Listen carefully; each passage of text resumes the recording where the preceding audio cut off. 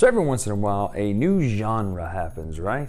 You move from just the regular worker placement, area control games into a new, completely different thing. And that's what this word means, not Charterstone, but legacy. Charterstone is a village building legacy game by Jamie Stonemaier. So interested, of course I was, it sounded like Yoda just saying that, but of course I was interested in this game. It's Stonemaier Games, it's Charterstone, it's a legacy game. All three of those things, well, Charterstone doesn't really mean anything yet, but those two things alone, the fact that it's Stonemaier Games and a legacy game, hooked me and sucked me right in. Not to mention this awesome art, which if you didn't know the game, you would know that this art is exactly what the game's all about. Not this little blimp, of course it's very important to the game, but the fact that it starts small and then clearly spreads out into some huge tableau over here. Is this game though, because if you think about it, legacy games kind of have a reputation, right? They have big story things that happen. They have huge plot twists and things that engage you and suck you in and tear things up and throw them away, right? Is it something though where you can hinge a game on as just a gimmick? Or is it something where the game has to stand on its own? Those are the questions we have to ask about legacy games. And that's the question we have to ask about Charterstone. Is the game good enough to stand on its own 2 feet without the legacy title? Or is it something that just cashes in on the legacy aspect of things? We'll find out right now. Now, just to tell you, the review will be broken down into non-spoiler, spoiler. Obviously non-spoilers first, it'd be silly not to be. Then we'll talk about spoilers, talk about our game, all the things that happened, show you our board when it was done, and all the other stuff that happens with that. So let's take a look right now at what makes Charterstone Charterstone.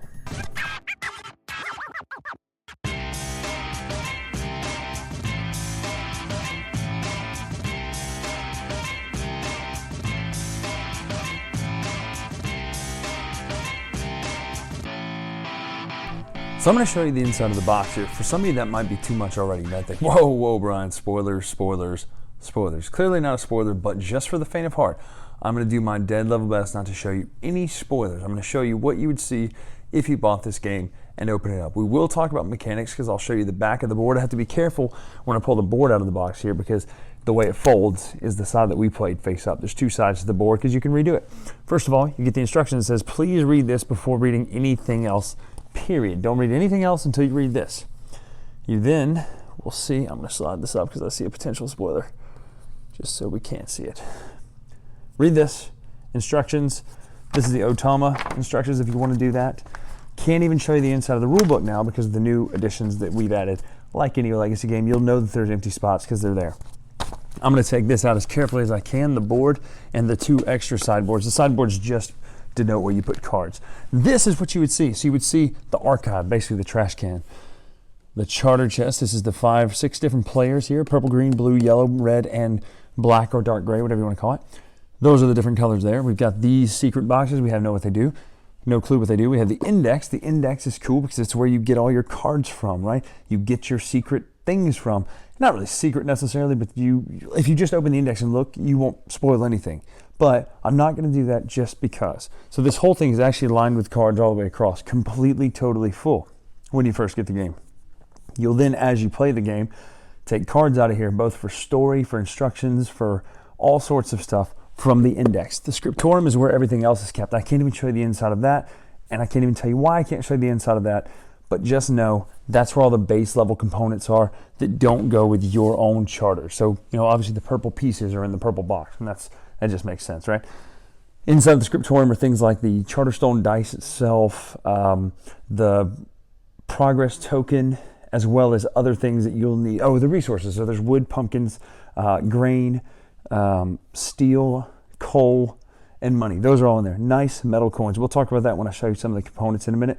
But this is what's inside the box. Let's talk about exactly how the game plays right now, spoiler free, so you can get an idea of what you do in this game to kind of know what you're doing. So you say, well, why do I want to play this game? We'll talk about it right now. Just so we're clear, this won't be all the way on the frame, but this is where the other cards are held. We'll talk about what those are in a minute. The gold cards go up there. So we'll just set that to the sideboard. So this is what the board looks like when you unbox Charterstone. This is what it looks like. There's nothing, right? These are all blank. These are things that you would get to name for your charter. There are 5 buildings in the middle and 1 building up here. I'll explain what these basic buildings do right now, but this is what you would have on your turn. It would look something like this. These are the pieces that you would have for your team. Just dropped one. These are reputation tokens. This is your score tracker. This is your big worker and your little worker. No difference in those workers currently.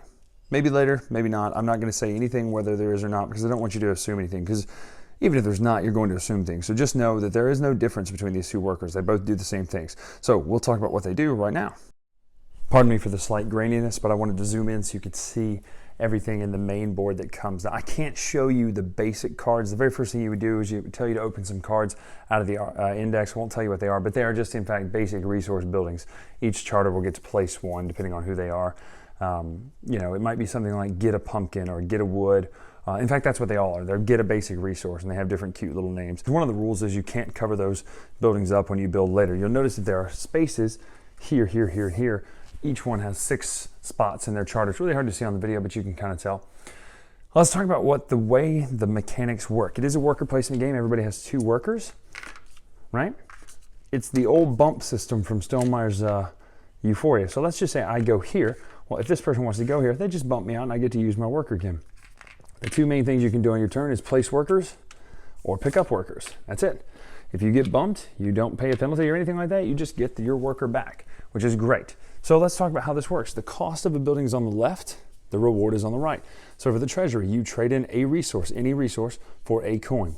The market, you trade in any coin and any resource for an advancement card, which are these different cards, which you'll get more and more of during the game as it goes on.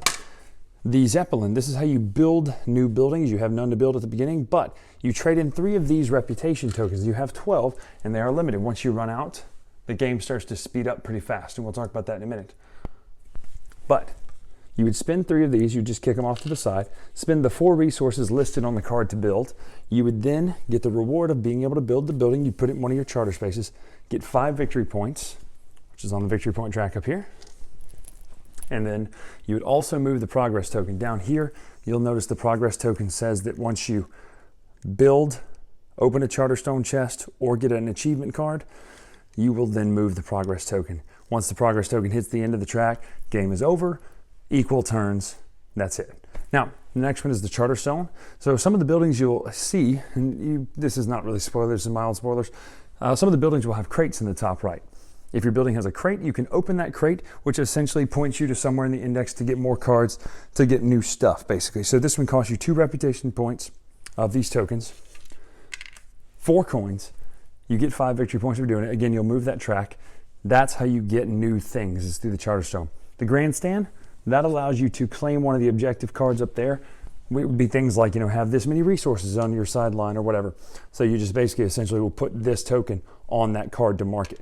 You get 5 points for that as well. That's the 5 main buildings. Up here is the cloud port. This is kind of just a way to get points by going somewhere on the track. So the cost is one of these reputation tokens. Let's just say you want to cash in 1 resource. Let's say you want to cash in a pumpkin. Well, then you'll put your reputation token here, the one that you paid for it with. You'll pay the pumpkin. You'll get 3 victory points. No bonus for just 1. But let's say you paid 2. You'd get an extra victory point.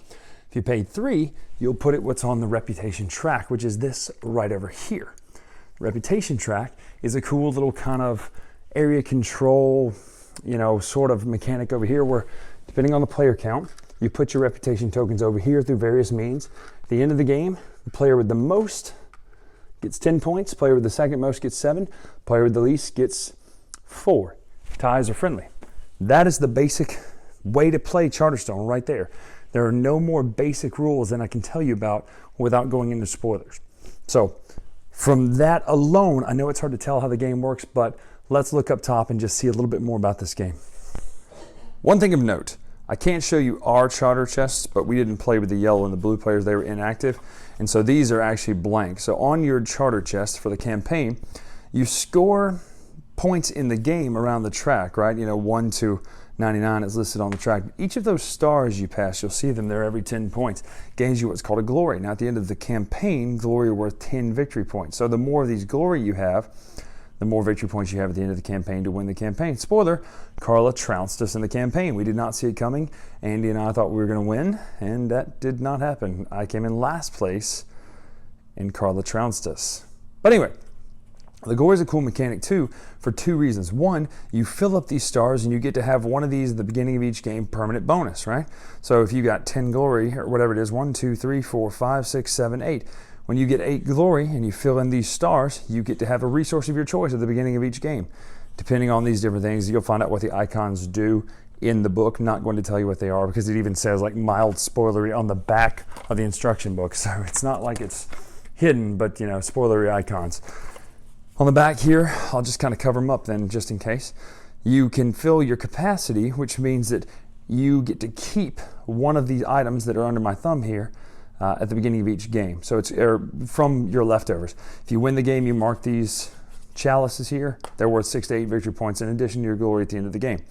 So here's what I like about glory. First of all, your individual score, a 19 basically in a game is the same as an 11. You don't get any more or any less points for an 11 than you do a 19 at the end of the campaign. But the person who wins the game gets certain benefits, and the people who lose the game get certain benefits. So it feels very, very, very balanced. Also, one additional thing I forgot to mention, I feel like Charterstone, the beautiful thing about it is it actually manages to pull off the, hey, you can play this game after the campaign's done. I'm not going to talk about how that works spoiler-wise, but it's just fantastic that it actually works, and I think it's going to be a fantastic game to continue playing with or without the recharge pack. Let's talk non-spoiler, what I love about this game, okay? Non-spoiler, totally non-spoiler, because that's why the non-spoiler sides face up. What I love about this game is the mechanics are tight, and I'm going to say it now, and I'm going to say it again in the spoiler section. I asked the question at the beginning of the review, does it live up to its own merit of a game, or is it just cashing in on the legacy title? Absolutely 100%. This is one of my favorite games, I've ever played, but especially of last year, or this year. Last year, it's 2018, sorry. But here's the thing.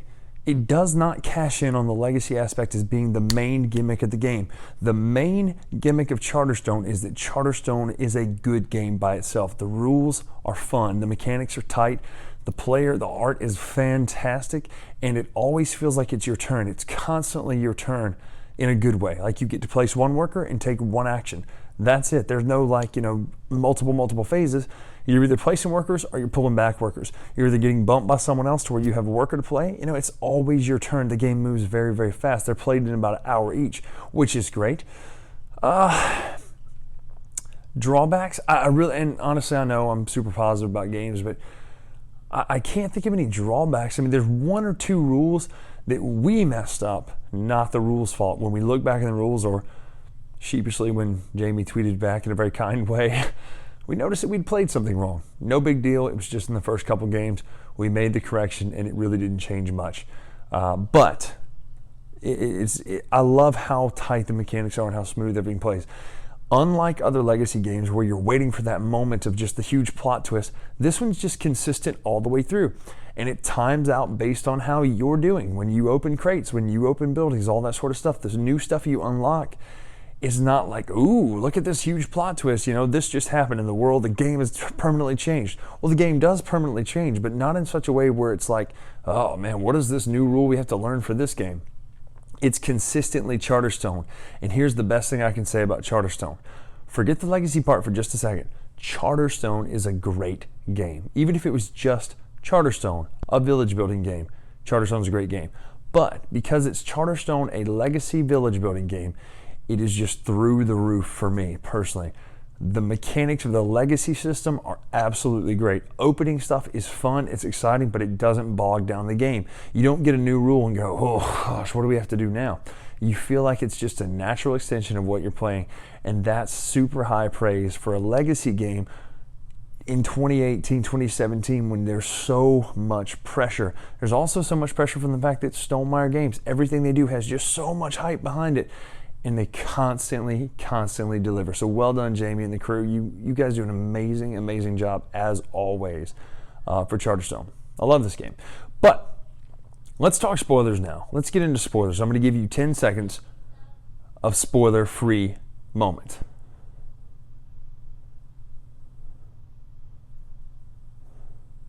Five seconds left. Spoilers coming. 4, 3, 2, 1. 0. Spoilers coming right now. If you're still watching, it's on you. So you were warned. If you're still watching at this point, this is the madness that ensued in our game right here. All of these got filled in, of course. The fact that your buildings, really, if you don't pay attention to this, you will lose, clearly, as I did. Carla destroyed us. She was over there in Hogsmeade. I had Dunwich, I had Eternia over here, Mordor, Sunnydale, and Oz over there. A lot of great stuff. We love naming stuff. That's why we got Rivendell up there, of course.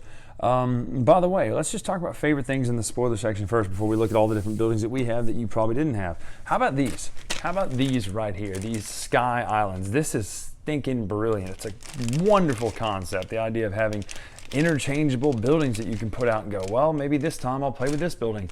Love, love, love this idea. Super great. Now, weirdly enough, we got the clock tower built. We never got to use this clock tower. However, Andy was ruthless and put these, he didn't have them anymore, but he put the buildings out where you could pay money instead of paying resources to build buildings and get 7 points for, so that was pretty great.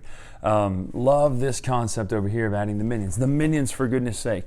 Those were so much fun. Now, that's the rule we missed, by the way.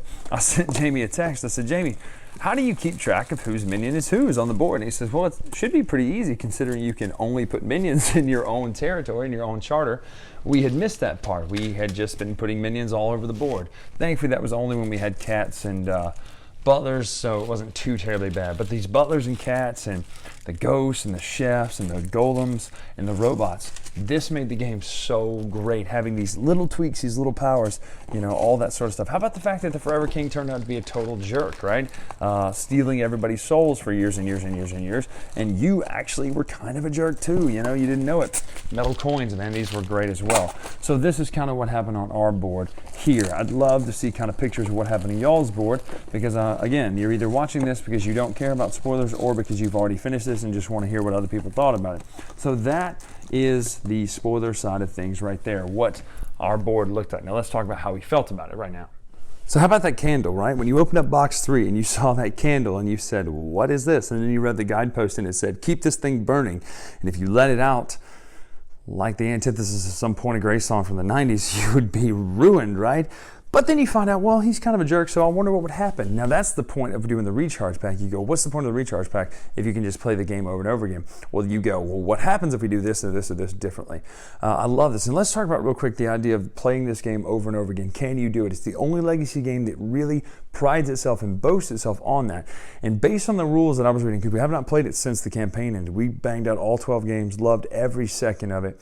But I noticed that the rules are very good for that. Like, it looks like something you would enjoy playing again, like the game itself with this crazy board and the cards we have left in the archives, and then, you know, you race for points, and it just seems like something that would still be enjoyable because I love this world. I love the mechanics. I love the fact that you do this, you get this, you do this, you get this, and it moves super fast, even if you're using minions. Even if you're doing any of that stuff, it still moves really fast. It was fun to us too because there's what, 6 times 6 is 36 and 6 is 42 different actions you could take in any given game, plus the Sky Islands would change some of those. It still never felt overwhelming of, oh gosh, what are we gonna do? What am I gonna do on my turn? Because you kind of had a plan, and there's so many ways to get what you need. So here's ways to get money here, here, here, here, here, here, or play with your butler in your home territory. So many different ways to get money, so many different ways to get resources, ways to get this income track, which I never took advantage of like I should have. Andy did, I did not. Jordan did, I did not. Carla did, I did not yet again. But so many ways to get points. The reputation track is another way to do that. Killing your meeples on the last turn to trade in gold, because I had the resort over here to trade in 5 gold for 7 points. Another way to get a lot of points. But what I like is the just complete diverse way this game plays. The guidepost, you know, it changes the game each time just a little bit, and you're competing for that goal. Well, maybe I didn't win the game, but at least I won the guidepost. So I make the decision for the end of the game, and I love that. So Charterstone all the way around is a 100% win for me. I'd give this game a 9, 9.5 easily. In fact, that's going to be my ratings, a 9 for this game, because 9.5 feels like it's a nebulous thing that doesn't really exist. So this is a solid 9 for me right here, because Charterstone is so much fun. We enjoyed the game. It did not feel like a chore. There are sometimes when you play a legacy game where it's like, okay, when we lost this month, let's do this, or find out what this island does, or such and such like that. But that never felt like this with Charterstone, because like I said, and I'll stand by this, Charterstone feels like a solid, complete game, and then it's a legacy game. So well done, Jamie. Thank you for just a great game. Hope you guys continue to do such an excellent job over there at Stonemaier Games, and can't wait to see what you put out. Hopefully more stuff in the Charterstone world, because, man, mechanics, art, everything about this game is just so much fun and so good. So that's Charterstone. Again, make sure you check this out. if you're watching this still and you haven't played it, go get Charterstone, because there are no major plot twists that affect the gameplay where you blow up half the world. Nothing like that. So if you're not worried about that, if you're not worried about knowing what some of these things do, then by all means go and get Charterstone. Right now, that's all I can say. I can't say enough about it. So make sure to follow us on Twitter at @TheLatestRetro. Till then, we'll see you. Thanks so much for watching the Dice Tower videos. Find more great videos and reviews, as well as our top-rated audio podcast at Dicetower.com. You can also find other great shows at Dicetowernetwork.com. I'm Eric Summerer, and you've been watching The Dice Tower. The Dice Tower is sponsored by Cool Stuff Inc., where you can find great games for great prices. Cool stuff in stock. Check them out at CoolStuffInc.com.